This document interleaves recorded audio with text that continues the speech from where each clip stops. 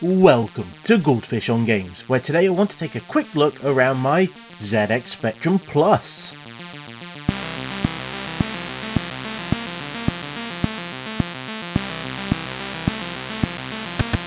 And here we have my childhood ZX Spectrum 48K, which I actually got from an auction back in 1991. Yes, even before I was in my teens I was buying retro hardware from auctions. Next to it I have my ZX Spectrum Plus. This was actually gotten a few years back from a bundle of broken machines. Thankfully there was enough spare parts to make a single fully working unit, which was quite cool. Now the plan for this video is to mostly look at the Spectrum Plus, as while the Rubber Keyed Wonder is the more iconic machine, it is more or less stock. And outside it needing a bit of TLC, it's not really anything special. The Plus, on the other hand, is far more unique. So let's take a quick tour around the machine and find out what makes the Plus different, and then what makes this Plus a little bit more different. So what was the ZX Spectrum Plus? Well, it was more or less just a case upgrade. The hardware inside is almost exactly the same as a regular 48K Speccy. There are a few small changes which we'll touch on, but there was nothing that made the basic hardware better, or something that a game would actually target. Now you can actually switch a 48K motherboard between the two cases, and Sinclair actually sold empty cases so people could do the upgrade themselves. So what made this case better? Well, first off, we actually have solid keys. No dead flesh feeling here. It also made the keyboard layout far more standard with what we expect. It has this nice big spacebar, a return key with the right shape, and there's also a number of keys that are dedicated to some of the more interesting combos, like delete, or the video and edit keys over here. We actually have dedicated arrow keys, and there's even a button for double quotes, which makes starting a game far easier. All these buttons were on the original machine, but tended to be some multi-key affair for you to use them. So all they've really done is just joined up a few of the traces to trick the machine into thinking you're pressing those key combos. Around the side of it, we actually have the one real addition to this machine, which is a reset button, which means there's no need to pull the power out to reset anymore.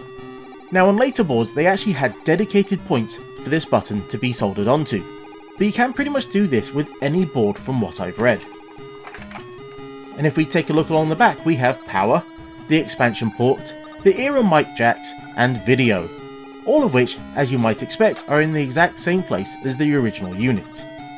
You might have been able to notice some of the mods that I've done to this machine already, but we'll take a look at them in more detail when we get inside.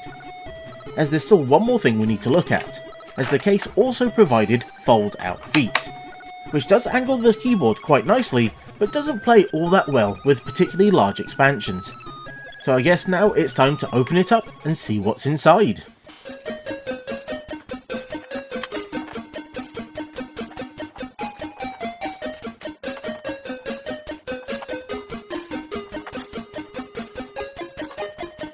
And as with any Spectrum, you have to be careful when you take the keyboard off, as it's got that membrane keyboard with two connectors.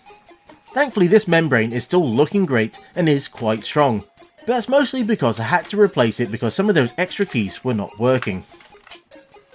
And as we can see, the whole thing is just pretty much held down with this slab of metal.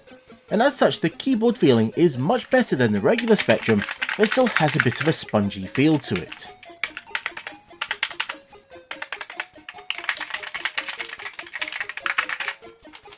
With the keyboard off, we can take a better look at the insides. And the first thing you might notice is that I've recapped this a little while back. Now I didn't do the best job ever, there were a few of them that really did not want to leave, so there are a few questionable solder joints, but it does all work. There have been a number of other mods added to it as well. First off is the voltage regulator, which was replaced with this more modern one, so there is no need for that heatsink anymore. It's actually quite easy and not all that expensive to get these mods for the Spectrum, as there's a number of sites that will actually sell you these kits directly, or you can just find them on eBay. And a number of these components have actually been modified to work directly with these machines, so it is quite nice. And getting rid of that voltage regulator means the whole case is a lot cooler than it was before, and also a little bit lighter. The second mod was the simplest one, which was sticking a heatsink on the ULA. And as we all know, those ULA chips do get quite hot, and are the harder part to replace in these machines, so keeping it happy should be a priority. And the final internal upgrade is the video output, which now provides S-Video. Now before I got this board, it was actually running a composite mod, but even with using a small board to amplify the video, the quality wasn't great. A few months back I was doing a direct capture for a light gun video, and as you can see there is a lot of interference on that screen. But with the S-Video mod in place, this picture is now much cleaner with no of those marching ants or anything like that. It's just nice and solid.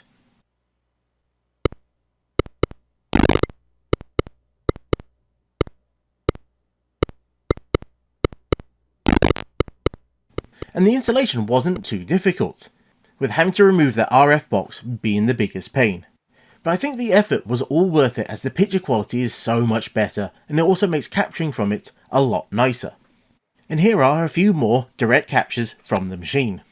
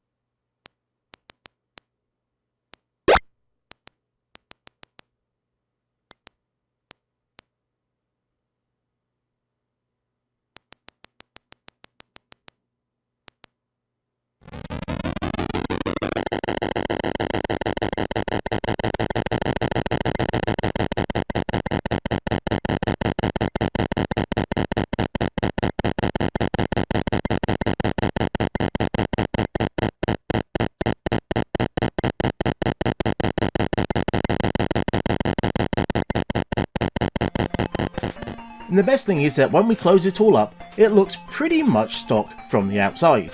You have to look closely to notice the missing heatsink or the S-Video connector. And when it comes to playing games on it, I could load them up from tape, and I have a cassette player, but it does need some serious maintenance, but it does work, just about. So like most people, I tend to use an SD card solution with it, and mine is the Div MMC Enjoy. Now the copyright date is 2013, so this isn't the newest bit of kit, but it does still work great. Though I do have to mess around with the dip switches if I want to go between the Plus and the Plus 2. And it does also include a joystick port, which is Kempson compatible, which makes it useful to use even if I don't load a game from it. But let's be honest, loading games from it is so much faster than tape that it does make having one of these a must-have. And using it with the Plus model is really quite nice, as the arrow keys work, and getting into a game has never been better. And to be completely honest, that's it. The Spectrum Plus wasn't really all that much different from a classic 48K. It arguably got the more usable and better feeling keyboard, but it is a bit of a shame they lost the colour from the keys. They really did help highlight the various keys that were needed to access them. And where other manufacturers might have taken this chance to do a cost reduced model, the Spectrum really didn't have anywhere to go. Being so cheap already and having so much stuffed into the ULA as possible, it meant there wasn't many other chips for you to consolidate.